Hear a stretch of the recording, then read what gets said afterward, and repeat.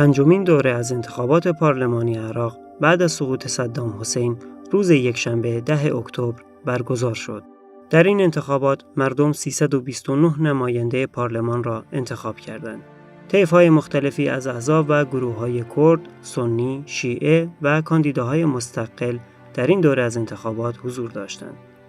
این انتخابات از ابعاد مختلف با انتخابات پارلمانی گذشته در عراق تفاوت‌هایی داشت. برای مثال، تعداد شرکت کنندگان در انتخابات، تغییر کرسی‌ها به سود یا ضرر جریانات مختلف و تعداد زنانی که به پارلمان راه یافتند.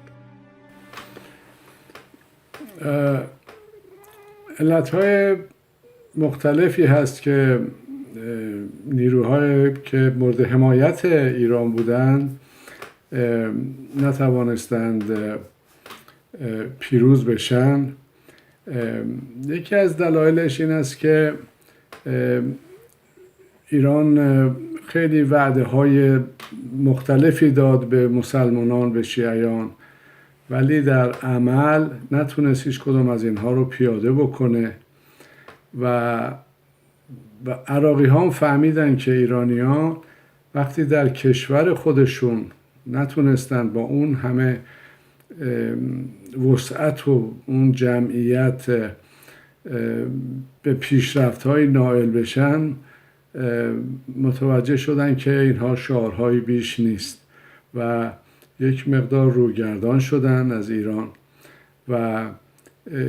کشورهای منطقه، کشورهای که سنی مذهب هستند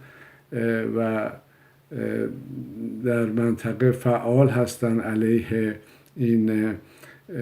هلال شیعه‌ای که ایران در اون نقش داره در ایجاد اون، فعالیت‌های اونها گسترده تر شد و این باعث شد که ایران یه مقدار اون موفقیت‌هایی که در گذشته داشت از دست بده. این سپاه قدس ایران که فعال بود در عراق، این هم به خاطر شکست‌هایی که خورد و در برخوردها و اون درگیری‌های داخل عراق، این هم یک دلیل دیگری بود که عراقی‌ها یه مقدار احزاب شیعی طرفدار ایران یه مقدار در این انتخابات شکست بخورن و جوانان عراقی هم خسته شدن از این فعالیت‌های مذهبی که ایران در اونجا انجام میده و بعد از اون جنگ 8 ساله‌ای که با ایران داشتن و بعد از اینکه کشورشون مورد اشغال قرار گرفت توسط امریکا، خواستاری هستن که هیچ گونه نیروی خارجی در اونجا وجود نداشته باشه و این است که امروزه میبینیم احزاب طرفدار ایران که مورد حمایت ایران بودن در این انتخابات و به طور کلی در همه جاها یک مقدار رویگردان شدن از ایران و امیدی دیگه به این شعارها ندارن و از نظر مالی هم دیگه ایران اونطور به صورت گذشته اونها رو نمیتونه تغذیه بکنه. اینا دلایل مختلفی هست که به این صورت انجام شد.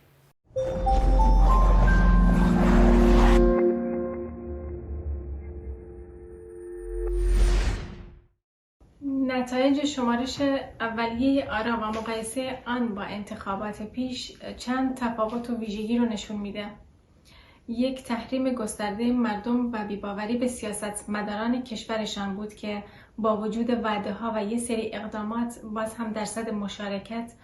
در مجموع به 40% رسید. دو، شکست احزاب و گروه‌های میلیشیایی وابسته به ایران بود که این گروه‌ها عامل ناامنی و ترور و تبعیض‌های ناروا بودند در کشور.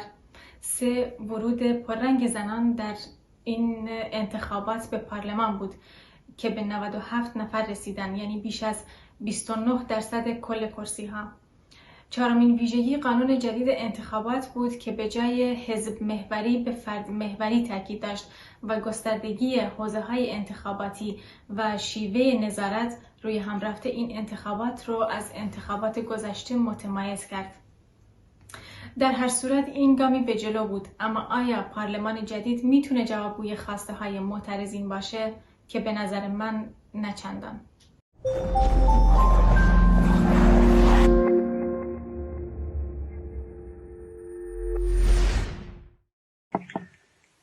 انتخابات عراق به طور کلی پیامش این هست که سیاست‌های جمهوری اسلامی در عراق به طور کلی شکست خورده و آنچه که مسلم هست این روند ادامه خواهد داشت و ایران با توجه به نتایج انتخاباتی که به دست اومده نشان میده که ایران نفوذش در عراق به طور کلی در حال از بین رفتن هست و این در واقع پیام مردم عراق به جمهوری اسلامی ایران هست که دست از دخالت در امور عراق بردارد و این پیام اصلی این انتخابات اخیر در عراق بود که میتواند به جمهوری اسلامی ثابت بکند که در رابطه با سیاست هایی که در عراق پیش برده تجدید نظر بکند و اجازه بدهد که مردم عراق خودشون به سرنوشت خودشون مسلط باشند و تصمیم بگیرن که به چه شکلی کشور خود را اداره بکنن و کنترل بکنن و این مشخص هست که با توجه به شکست فاحشی که جمهوری اسلامی در عراق متحمل شده در این انتخابات این را ثابت می کند که مردم عراق خواهان این نیستند که ایران در جمهوری اسلامی نفوذ بیشتری، دخالت بیشتری داشته باشد و عراق وابسته به ایران باشد و نیروهای نیابتی آن در عراق حضور داشته باشند و به طور کلی این انتخابات در واقع شکست جمهوری اسلامی، شکست سیاست‌های جمهوری اسلامی در عراق را نشان می‌دهد.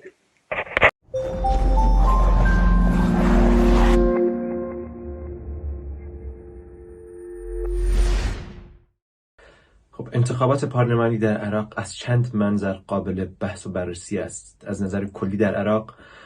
تعداد شرکت کنندگان در این انتخابات بسیار کم بود نسبت به دوره‌های گذشته.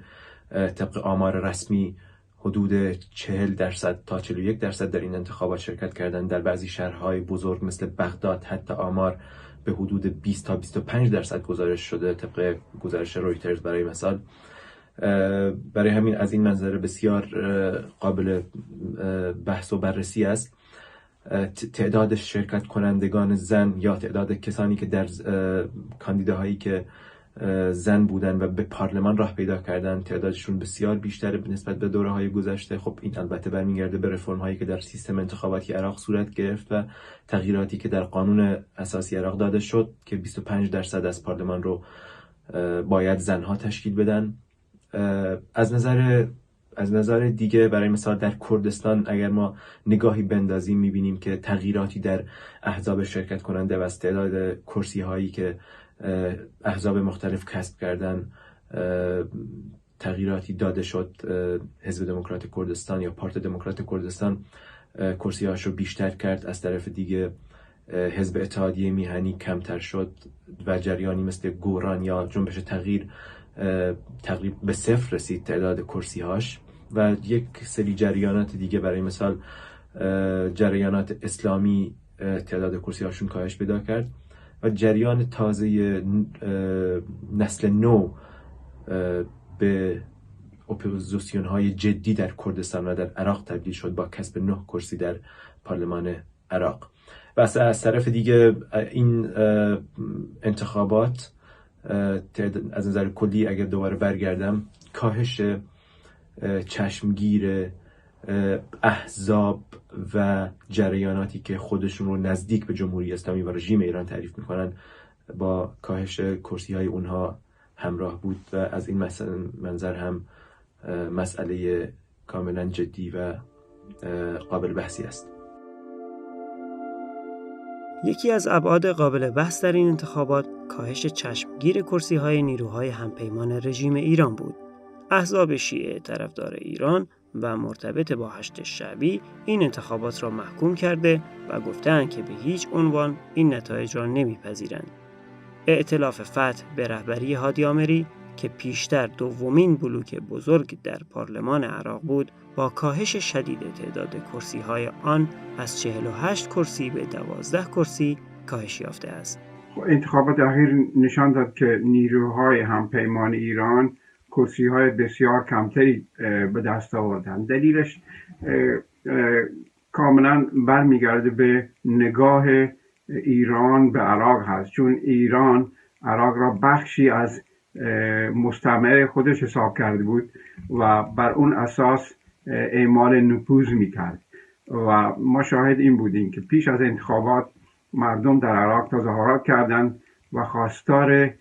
بیرون رفتن ایران از عراق شدند، بخصوص در شهرهای شیعه نشین مثل کربلا، نجف، بصره دفاتر ایران را با آتش زدند و مخالفت خود را با جمهوری اسلامی ایران کاملا اعلام کردند و این مشخص بود که مردم عراق از نفوذ ایران و از اعمال نفوذ نیروهای نیابتیش در این کشور ناراضی هستند و نمیخواهند که ایران در عراق حضور داشته باشه. حضور ایران در عراق در واقع یک مسیری هست برای اینکه به سوریه نفوذ بکنه، به لبنان نفوذ بکنه و به بقیه کشورهای عربی. بنابراین حضورش در عراق بسیار مهم است، اما با توجه به شکستی که این طرفداران ایران در این انتخابات خورده‌اند مشخص میشه که ایران نفوذش را در عراق به شدت از دست داده و از دست خواهد داد.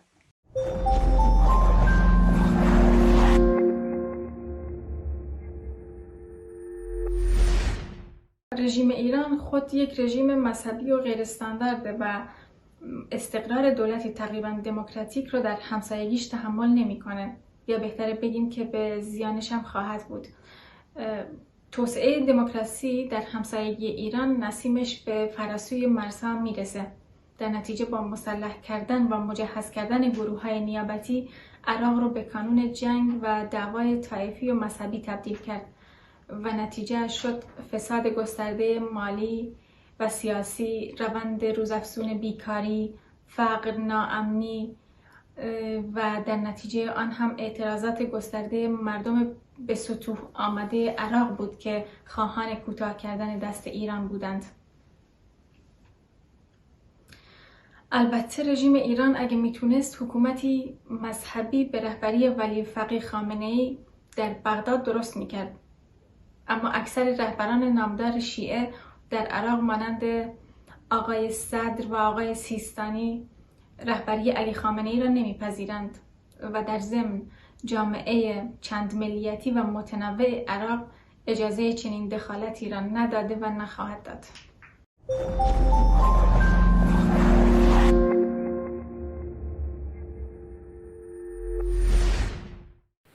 ایران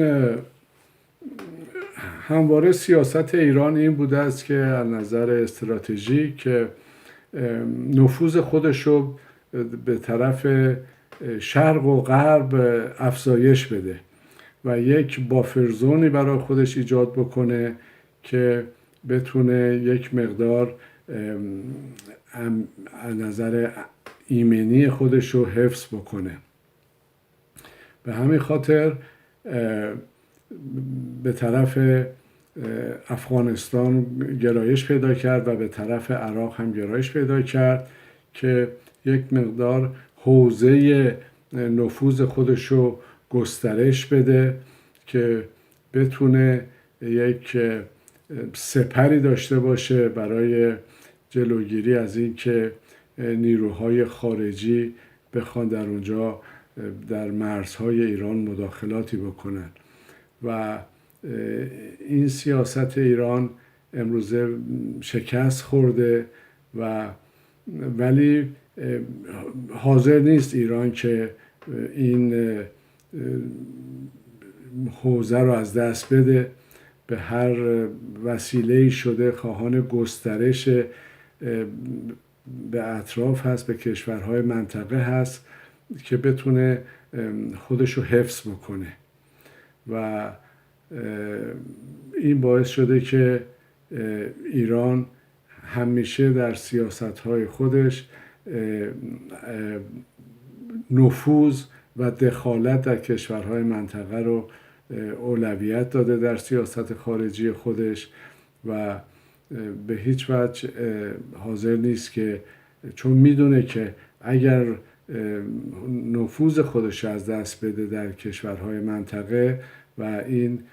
حلقه محاصره تنگتر خواهد شد و زوال این جمهوری اسلامی سریعتر خواهد بود.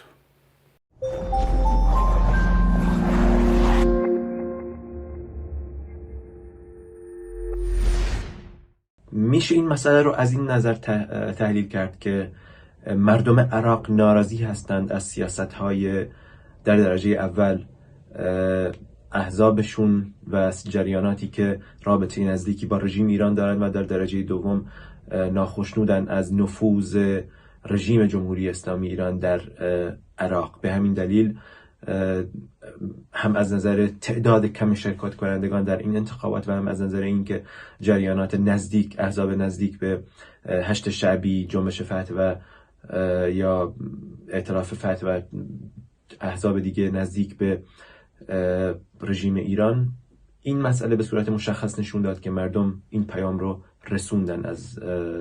این پیام اعتراضی رو به رژیم جمهوری اسلامی ایران. ولی از طرف دیگه اگر کمی عقب‌تر برگردیم در اعتراضات سال 2019 و چه بسا این انتخابات زود هنگام از همون اعتراضات شروع شد و قولش داده شد که انتخابات زود هنگام پارلمانی در عراق برگزار میشه و به دلایلی از جمله مسئله کرونا به تعویق افتاد و الان شاهدش بودیم. این اعتراضات در خودش اعتراضاتی بود به نفوذ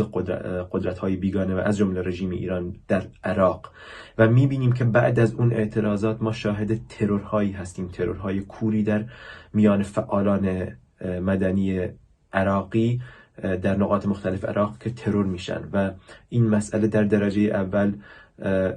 به نیروهای طرفدار رژیم ایران و خود رژیم ایران نسبت داده میشه. برای همین میبینیم که در مجموعه این مسائل مردم عراق ناراضی هستند از سیاست‌های رژیم عراق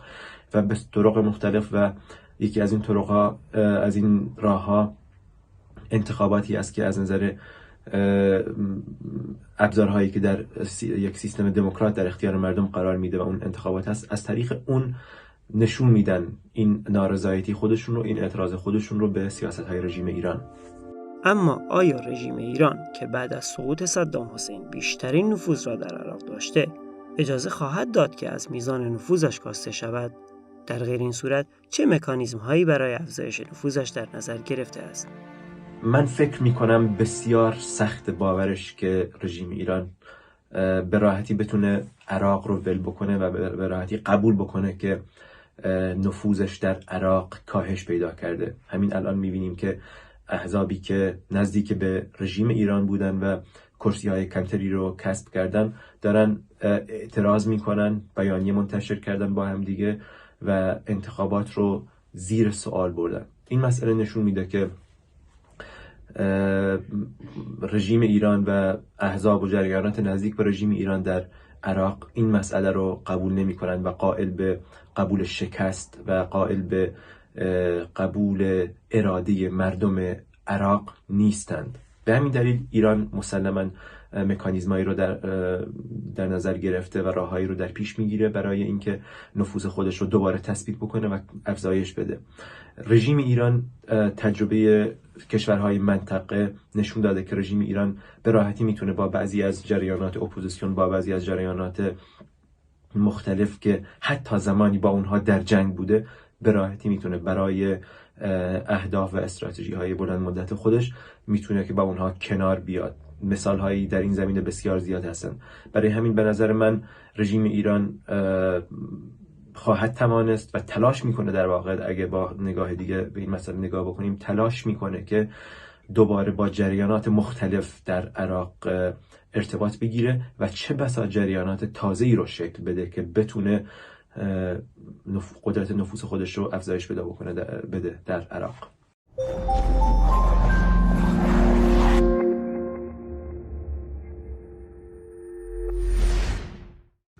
با توجه به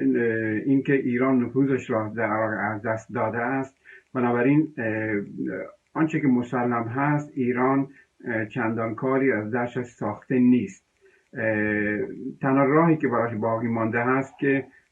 راه سازش هست با دولت آینده عراق هست که سعی میکنه که از این طریق یه سری امتیاز به دست بیاورد. انتخابات عراق به همونطور که مشخص هست ناظران بین‌المللی تایید کردن که انتخابات سالمی بوده، بنابراین تقلب آنچنانی که در انتخابات تاثیر داشته باشه آنطور که ایران مطرح میکنه، آنطور که هواداران ایران مطرح میکنن همچه تقلبی صورت نگرفته. بنابراین ایران در تلاش هست که یک سری امتیاز بگیرد تا زمانی که ببیند وضعیتش چجوری میشه، ولی بنابراین نمیتونه از اون نیروهای نیابتیش به اون شکلی قبلا استفاده میکرد استفاده بکنه. هست شابی و بقیه نیروهایی که نظامی که در عراق هستن قادر نیستن به مثل سابق اون عملیاتی که قبلا انجام بدن یا مانور نظامی بدن. بنابراین راه سازش را با دولت آینده پیش خواهد گرفت و سعی خواهد کرد که امتیاز بیشتری از کسانی که در انتخابات پیروز شدن به دست بیارد. اما معلوم نیست که آیا کسانی که پیروز شدن در انتخابات آیا امتیازی به هواداران یا طرفدار ایران خواهد داد یا نه، یا به طور کلی روابطشون رو قطع میکنه.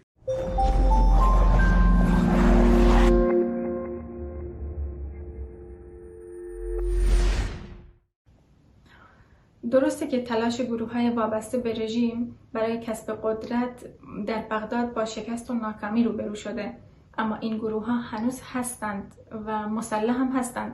و هنوز میتونن عامل فشار یا موجب اخلال در فضای سیاسی و اجتماعی عراق گردند. گمان نمی‌رود که در نتیجه انتخابات و یا برهم زدن نتیجه انتخابات کاری بتونن انجام بدن، اما باز رژیم ایران اهرم‌های زیادی داره. چنانچه دولت جدید با پشتوانه پارلمان بتونن نیروهای حشد را خلع سلاح کنند و در ارتش ذوب کنند، قدرت ایران بسیار کمتر خواهد شد و آینده بدتری برای جمهوری اسلامی رقم خواهد زد.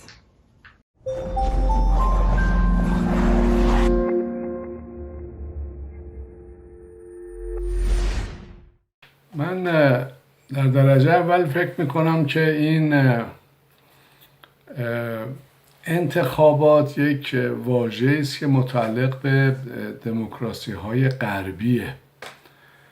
و در کشورهای جهان سوم، در کشورهای خاورمیانه که هنوز اون مراحل جوامع دموکراتیک رو طی نکردن، انتخابات اون مفهوم واقعی رو که در غرب داره در این جوامع نداره و بیشتر یک مبارزه جنگ قدرتی است بین نیروهای مذهبی، در صورتی که وقتی ما انتخابات میگیم از یک جامعه سکولار صحبت میکنیم که در این جامعه احزاب سیاسی برنامه‌های سیاسی خودشون رو دارن و همه از آزادی برخوردار هستن، اندیشه‌های مختلف و گرایشات مختلف. ولی با این تفاصیل به هر حال این انتخاباتی که در این کشورهای خاورمیانه صورت میگیره، من به صورت یک گام مثبتی است در راستای دموکراتیزاسیون خاورمیانه. در عراق هم یک جنگ قدرتی است. کشورهای ذی‌نفع زیادی در عراق مداخله دارند و اینها یک نیروهای نیابتی در اونجا هستند که به دنبال کسب قدرت هستند و به همون اندازه که این نیروهای خارجی ذی‌نفع در عراق زیاد هستند، پیچیدگی های سیاسی هم در عراق زیاده ولی با همه این تفاصیل، با توجه به اینکه احزابی که مورد حمایت ایران بودند در این چند سال گذشته در این انتخابات کرسی های خود را از دست دادن، این نشانگر اون است که عراقی ها خسته شدن از مداخلات بیگانگان در کشورشون، به خصوص از مداخلاتی که ایرانیان میکنن در کشور عراق و اون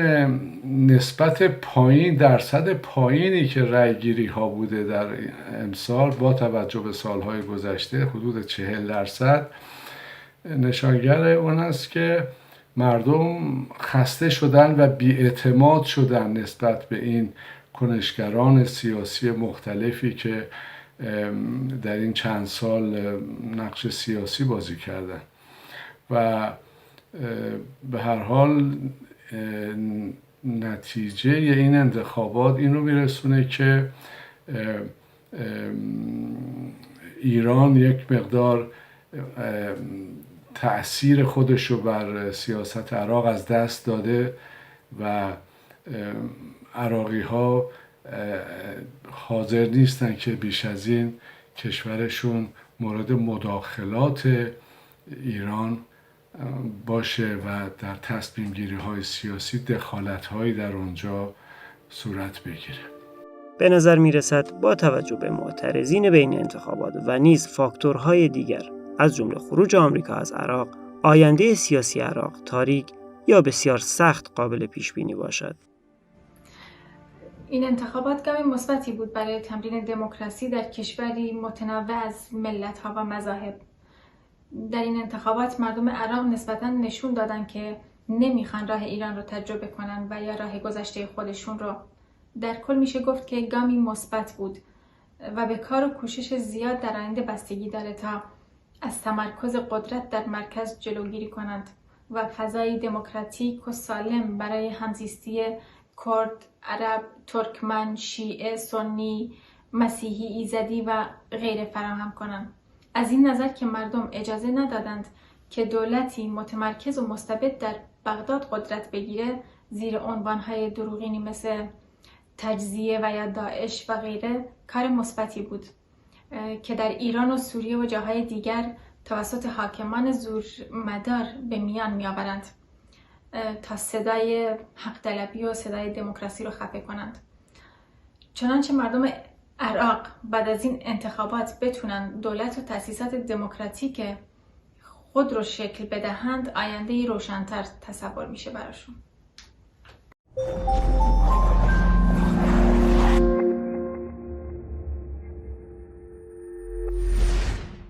پیشبینی آینده سیاسی عراق کار مشکلیه،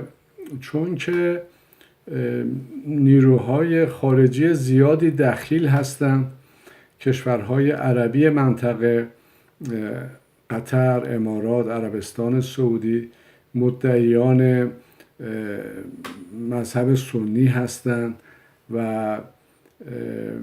در مقابل با شیعیانی که ایران حمایت میکنه و نقش امریکا در عراق، خروج امریکایی‌ها از عراق و خروج نیروهای دیگه از عراق، اینها عواملی هستند که باعث میشن که در آینده عراق پیشبینیش مشکل باشه. نقش خود عراقی ها، جوانان عراقی که خسته شدن از این همه جنگ و مصیبت و انفجار و از این همه مذهبگرایی و تندروی های مذهبی، من فکر میکنم که این آینده عراق به سوی یک نوع سکولاریزمی پیش بره و یک نوع سیاستی پیش بره که ملیت‌های مختلفی که در عراق هستند، طیف‌های مختلفی که در عراق هستند بتونن دخیل بشن در سیاست، بتونن مشارکت سیاسی داشته باشن و کشورهای خاورمیانه نمیشه یکی از این کشورها رو دموکراسی رو حاکم کرد و بقیه کشورها در تحجر سنتی گریبانگیرشون باشه. باید کل کشورهای خاورمیانه به دموکراسی برسن. همه ملیت‌ها در خاورمیانه که پرتعدادترین کشورها هستن از نظر تنوع ملی، وقتی همه ملیت‌های مختلف، قومیت‌ها، زبان‌ها، فرهنگ‌ها بتونن مشارکت سیاسی داشته باشن، اون موقع میشه گفت که میشه عراق و یا ایران و کشورهای دیگه به دموکراسی برسه.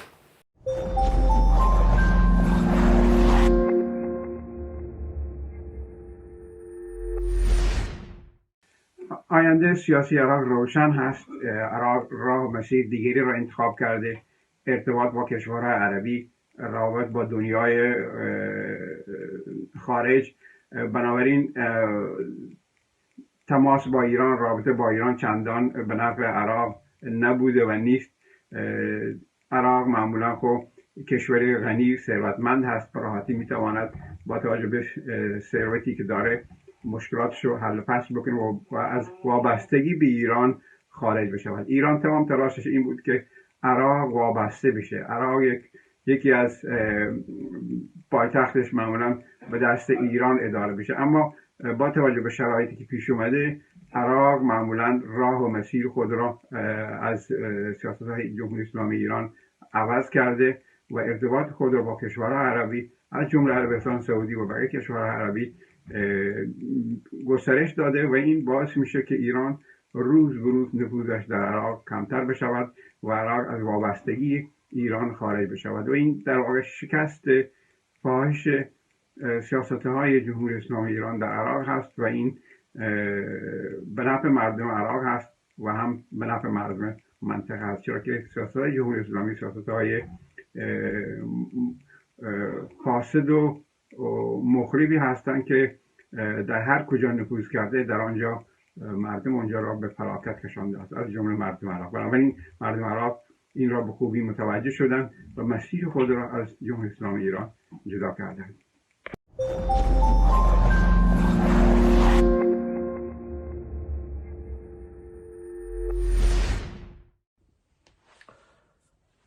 شاید پیش بینی یک واژه سنگینی باشه و استفاده از این واژه هم کمی سخت باشه که بشه آدم بخواد پیش بینی بکنه یا بگه تحولات سیاسی که در آینده یک کشور ممکنه اتفاق بیفتن. شاید تحلیل کمی راحت تر باشه و کمی قابل هضم تر باشه که بر اساس واقعیاتی هست و بر اساس اتفاقاتی هست، رخدادهایی هست که در عرصه سیاسی یک کشور در جریان هست یا افتاده. ولی اگه بخوام به تلاش بکنم به این سوال پاسخ بدم با توجه به شرایطی که در الان پیش رو هست، از جمله خروج نیروهای همپیمان و آمریکا از عراق، کاهش نفوذ ایران در عراق با توجه به نتیجه این انتخابات و اینکه رژیم ایران چه خواهد کرد برای اینکه نفوذ خودش رو افزایش بده و برای اینکه بتونه این خلایی که از خروج نیروهای آمریکایی در عراق به وجود میاد به نفع خودش استفاده بکنه. نیروهای دیگه از جمله روسیه و ترکیه چجوری میتونن در تحولات عراق نقش بیشتری پیدا بکنند، یا در واقع بگم فاکتور اختلاف میان نیروهای سنی و شیعه، فاکتور کردها در عراق چگونه است. تمام این سوالات اگه آدم بخواد و ده ها سوال دیگه در زمینه عرصه سیاسی و در زمینه عراق میتونه مطرح بکنه و پاسخ به اونها شاید بگم پاسخهایی باشه که به هم دیگه ربط پیدا بکنن. ولی در کل اگه بخوایم آینده سیاسی عراق رو پیش بینی بکنیم، به عقیده من باید به این سوالها پاسخ بدیم و بهتر است به جای پیش بینی کردن بهتر است که ما سوالاتی رو مطرح بکنیم و با توجه به جواب این سوالها بشه که به سختی گفت که در آینده سیاسی یک کشور برای مثال عراق چه اتفاقی قراره بیفته.